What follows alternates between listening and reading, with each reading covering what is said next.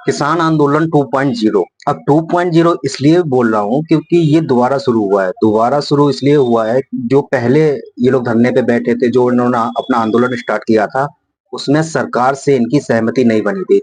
यही रीजन हुआ है, ये दोबारा शंभू बॉर्डर पर धरने पे बैठ गए।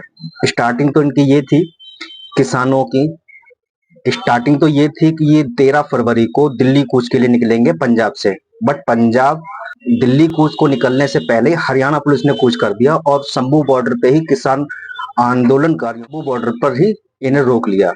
और इसका इसका रीजन ये रहा कि शंभू बॉर्डर पे ही ये लोग धरने पे अब सरकार से अपनी बात मनवाने को लेकर अब इनके धरने पे बैठने से लेके और हरियाणा पुलिस को कूच करने से पहले जो थोड़ी घटनाएं हुई उस पर थोड़ी बात करते हैं। क्योंकि दिल्ली कूच करने से पहले ही यहाँ पार करना ही मुश्किल हो गया था, उससे पहले ही इन्हें रोकने की जो एक रीजन रहा है वो हरियाणा पुलिस का रहा है। हरियाणा पुलिस ने इन्हें दिल्ली जाने से पहले रोक दिया। इनका भी साफ कहना था कि हम हरियाणा में कोई स्ट्राइक नहीं कर रहे हैं, हरियाणा एक रास्ता है दिल्ली जाने तक का। तो हरियाणा पुलिस ने क्यों रोक दिया? इसीलिए यही मेन रीजन हुआ है कि ये शंभू बॉर्डर पर ही ये लोग बैठ गए थे। अब इन दोनों के बीच की जो घटना हुई है शंभू बॉर्डर से बैठने को लेके और हरियाणा पुलिस को रोकने से, इसी बीच में जो छोटी घटनाएं हुई हैं उनमें से ये हुआ है कि हरियाणा पुलिस ने रोकने के चक्कर में इन पे आंसू गैस के गोले छोड़े। जहरीली गैस थी जिसमें कई डैमेज भी हुए हैं। किसानों का कहना ये भी था कि उस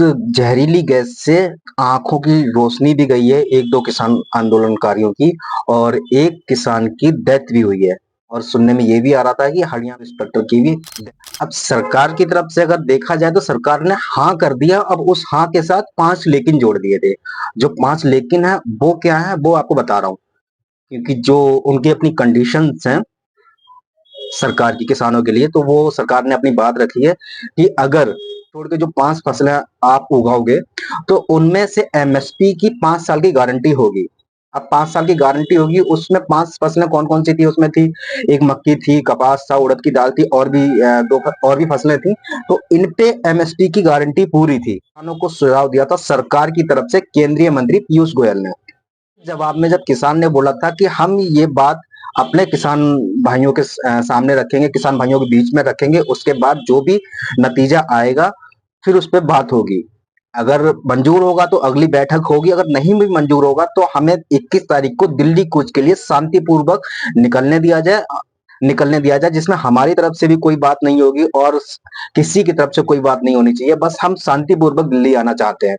ये बात तब होगी जब किसानों के बीच वो अपनी बात रखेंगे, और उस बात को अगर किसान भाइयों ने नकार दिया कि हमें ये गारंटी मंजूर नहीं है, हमें फुल एंड फाइनल चाहिए एमएसपी पे, तो इसे लेके अब बात ये भी सामने आ गई है कि किसानों ने ये बात नकार दी है, सरकार का प्रस्ताव खारिज कर दिया है। अब देखते हैं कि आगे 21 तारीख को यानी कल कल क्या हो सकता है, क्या पॉसिबल है, क्या सरकार की क्या किसान दिल्ली कूच के लिए निकल सकते हैं? और वैसे भी किसानों ने 11 बजे का 21 तारीख को 11 बजे का अपना टाइम रखा है कि हम 11 बजे वहां से निकलेंगे शंभू बॉर्डर से दिल्ली कूच के लिए।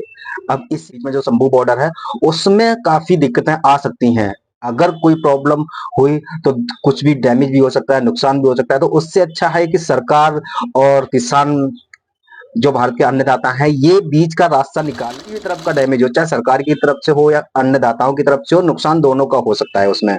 अब देखो कल 11 बजे क्या हो सकता है। जो मीटिंग का सिलसिला था उसमें मैं भी गया कवरिंग करने के लिए। तो वहां पे देखा कई बुजुर्ग, तो वहां पे देखा हजारों की संख्या में ट्रैक्टर ट्रॉली पे थे, किसान धरने पे बैठे हुए थे। और जहाँ लंगर भी चल रहे थे, उनके खाने पीने का इंतजाम भी कर रहे थे, खुद बना रहे थे, खा रहे थे, औरों को भी खिला रहे थे। और उसमें बच्चे बूढ़े महिलाएं सब थे। ऐसा नहीं है कि सब लड़ाई करने ही आए हैं या सब उपद्रव करने आए हैं। जाहिर सी बात है महिलाएं बच्चे बुजुर्ग सब हैं, तो अपनी बात रखने आए हैं किसान, जो भारत के अन्नदाता भी हैं। अब इनकी एक छोटी सी भी बात अगर रख रहे हैं तो इनका पूरा राइट है अपनी बात रखने का, बात कहने का, चाहे वो प्रेस कॉन्फ्रेंस के जरिए कहें या वीडियो कॉलिंग के जरिए कहें या सोशल मीडिया या दिल्ली जाके। दिल्ली जाना भी उनका राइट है, क्योंकि भारत के अन्नदाता हैं। वो जब उगाते हैं तब हम लोग खाते हैं, सभी खाते हैं, सभी जानते हैं इस बात को। झूठी ना लावी, फोटो सच्ची लावी। सच्ची सर, सच्ची सच्ची। फोटो सारा ही जावे। क्या लगता है फिर आज मीटिंग है सर? आज साढ़े 5 बजे मीटिंग। 5:30 बजे। अच्छा, फिर क्या उम्मीद है इस मीटिंग से ये सर? साडी मीटिंग अज कोई साडी मीटिंग निकल आया ओके। ते ठीक आ, ते नहीं ते किसान ते ना मार छाला कल नूं दिल्ली पहुंच जाणगे। पहुंच जाएंगे। इंतजाम तो बहुत तगड़ा कर रखा है इस बार सर। इंतजाम इन्हां तो साडे तो इन्हां कराया ते हां कीता। ओके। 13 महीने अगे लाए आ, 25-26 महीने हो गए, 25-26 महीने हो गए आ। इन्हां उदों आख्या तुहाडे कानून पास कर दांगे, तुहानूं दे दांगे। इन्हां सानूं नहीं दित्ते। ठीक आ, उन्हां दा मारे वक्त दे मारे ਅਸੀਂ ਘਰੋਂ ਪਰਿਵਾਰ ਛੱਡ ਕੇ, ਮਾਂ ਡੰਗਰ ਛੱਡ ਕੇ ਸਾਰੇ ਕੰਮਾਂ ਤੇ ਇਹਨਾਂ ਸਾਨੂੰ ਦੁਬਾਰੇ ਮੰਗਾਇਆ ਹੈ। ओके। ਬਾਕੀ ਜੇ ਸਾਡੇ ਕਾਨੂੰਨ ਨਹੀਂ ਦਿੰਦੇ ਤੇ ਅਸੀਂ ਦਿੱਲੀ ਜਾਵਾਂਗੇ, ਅਸੀਂ ਰਹਿੰਦੇ ਨਹੀਂ। दिल्ली जाना तय है, मतलब इस बार दिल्ली जाना तय है। ਦਿੱਲੀ ਜਾਣਾ ਹੈ। ਟਰਾਲੀਆਂ ਬਾਲਣ ਨਾਲ ਭਰੀਆਂ, ਵੇਖੋ ਸਿਲੰਡਰ इस ਪਏ ਆ। बार सही से कमर कस ली है सब। ਪੂਰੇ ਕਵਰ ਕਰਦੇ ਪਿਆਰ ਨਾਲ, ਪਿਆਰ ਇਹ ਲੜ ਕੇ ਨਹੀਂ ਜਾਣਾ ਚਾਹੁੰਦੇ। प्यार ना, ਪਿਆਰ ਨਾਲ ਜੋ ਮਰਜ਼ੀ ਬੰਬ ਚਲਾਵੇ, ਤੋਪਾਂ ਚਲਾਵੇ। प्रशासन का तो इस बार नहीं लड़ना भैया, ਨਹੀਂ ਲੜਨਾ, ਜੋ ਮਰਜ਼ੀ ਕਰ ਸਾਨੂੰ ਮਾਰੀ ਜਾਣ ਭਾਵੇਂ, ਸਾਡਾ ਹੱਕ ਸਾਨੂੰ ਦੇਣ। कुछ भी हो जाए दिल्ली जाना ही है। ਦਿੱਲੀ ਜਾਣਾ ਇਹ ਸਾਡਾ ਹੱਕ ਨਾ ਦੇਣਗੇ ਜਾਵਾਂਗੇ। और या तो फिर बात मानने हम। ਸਾਨੂੰ ਆਗੂ ਡੱਕੀ ਆਉਂਦਾ ਆ ਤੇ ਜਿਹੜੇ ਮੁੰਡੇ ਆ ਨੌਜਵਾਨ ਉਹ ਕਵੀਆਂ ਵੱਢਣ ਡਏ ਆ ਵੀ ਅਸਾਂ ਦਿੱਲੀ ਜਾਣਾ ਹੀ ਜਾਣਾ ਵਾ, ਸਾਨੂੰ ਛੁੱਟੀ ਦਿਓ, ਪਰ ਸਾਡੇ ਆਗੂ ਛੁੱਟੀ ਨਹੀਂ ਦੇਂਦੇ। अगर आज जैसे कोई बात, कुछ बातें मान ली और कुछ रह गई, तो आप उसमें क्या लग रहा है कि कितनी बात माननी चाहिए ਆਪ ਜੇ ਸਾਡਾ ਉਹ ਮੰਨ ਗਿਆ ਅੱਜ, ਅਸੀਂ ਲਿਖਤ ਪੜ੍ਹ ਕਰਾ ਕੇ ਲਿਖਾਈ ਕਰਕੇ ਫੇਰ ਵਾਪਸ ਜਾਵਾਂਗੇ। ਜੇ ਉਹ ਨਹੀਂ ਕਰ ਮੰਨਦੇ ਫਿਰ ਅਸੀਂ ਦਿੱਲੀ ਜਾਵਾਂਗੇ। पिछली बार जैसे हुआ था, पिछली बार ही मीटिंगें हुई थी काफी, और उन्होंने बोल दिया था कि हम आगे करेंगे, बट नहीं किया। बट इस बार ऑन पेपर चाहिए, क्या चाहिए, किस ਅੱਜ की मीटिंग ਹੋਊਗੀ ਕਿਉਂ ਕਿਸਾਨ ਵੱਜੇ ਬੈਠੇ ਆ। ਜੇ ਅੱਜ की मीटिंग ਤੇ ਨਾ ਸੂਤਰ ਆਏ ਤੇ ਫਿਰ ਹੋ ਸਕਦਾ ਵੀ ਕੱਲ ਨੂੰ ਹੱਲਾ ਬੋਲਿਆ ਜਾਊਗਾ। अच्छा अच्छा। ਹਾਂ, ਕਿਉਂ ਟਰਾਲੀਆਂ ਬਹੁਤ ਆਉਂਦੀਆਂ, ਹੋਰ ट्रॉलियां बहुत। हाँ, ਬਹੁਤ ਟਰਾਲੀ ਆ ਰਹੀ, ਸਾਨੂੰ ਫੋਨ ਆ ਰਹੇ ਆ ਪੰਜਾਬ ਤੋਂ ਤੁਰੇ ਆ। तो इस बार मतलब पूरी कमर कस चुकी है हर तरह से। इस बार वापस जाने का कोई इरादा नहीं है, जब तक बात नहीं मानी, जब तक बात हो तक कभी ना जाएंगे। हर चीज हर तरह से मतलब कंप्लीट है, सारी चीजें, चाहे कुछ भी हो जाए। कुछ भी हो जाए, जो घर छड़ के आ गया, कुछ भी हो जाए। घर छड़ के आ गए। अभी गांव में क्या खेती बेती हो रही है कुछ? हाँ, खेती हो रही है, बच्चे बच्चे कर रहे हैं। तो वहाँ पे कौन देखभाल कर रहा है? वहाँ पे कौन कर रहा है? छोटे बच्चे भी है। अच्छा, बच्चे सारे छोटे। आप लोग घर से निकल आए हैं कि हम इस बार बात मनवा के ही जाएंगे? मनवा के जावे, भावे कितना चेर लग जाए। आपके यही मंजे खड़े करके आए हैं। जी सर। मंजे खड़े कर रहे हैं आपदे कि जे आ जाएंगे तो मंजे डालांगे, ते नहीं ते इथे मोर्चा जित के आवांगे। इस बार जाना ही है। जाना ही जाना। मेरी बात सुनो जी सर। ਅਸੀਂ ਇਹ ਦੇਖਦੇ ਰਹਿਣ ਵਾਲੇ ਨਹੀਂ, ਅਸੀਂ ਵੀ ਇੱਥੇ ਦੇਖਦੇ ਰਹਿਣ ਵਾਲੇ ਆ ਜੀ। ਬੈਰੀਅਲ ਗਾੜੀ ਕਿਉਂ ਲਾਏ ਰਹੇ? ਪੰਜਾਬ ਸਾਡੇ ਲਾਏ ਨਾ, ਪੰਜਾਬ ਸਾਡੇ ਲਾਏ ਆ। ਰਾਜਧਾਨੀ ਸਾਡੀ ਵੀ ਦਿੱਲੀ ਜਿੰਨੀ ਇਹਨਾਂ ਦੀ ਉਨੀ ਸਾਡੀ, ਇਹਨੇ ਤਾਂ ਪਿਓ ਦੀ ਦਿੱਲੀ। हाँ से दिल्ली जाना तो सबका हक है, ये बात तो सही है। और बात ये है कि हरियाणा से आपको होते हुए गुजरना है, हरियाणा नहीं जाना है ना, आपको सीधा दिल्ली जाना। हरियाणा तो एक रास्ता पड़ रहा है, हरियाणा में ही रोक लिया आपको, रोक लिया हरियाणा की सरकार ने रोका। हरियाणा की सरकार ने रोक लिया, पब्लिक ने नहीं रोका। हरियाणा की सरकार नहीं रोक रखा है ना।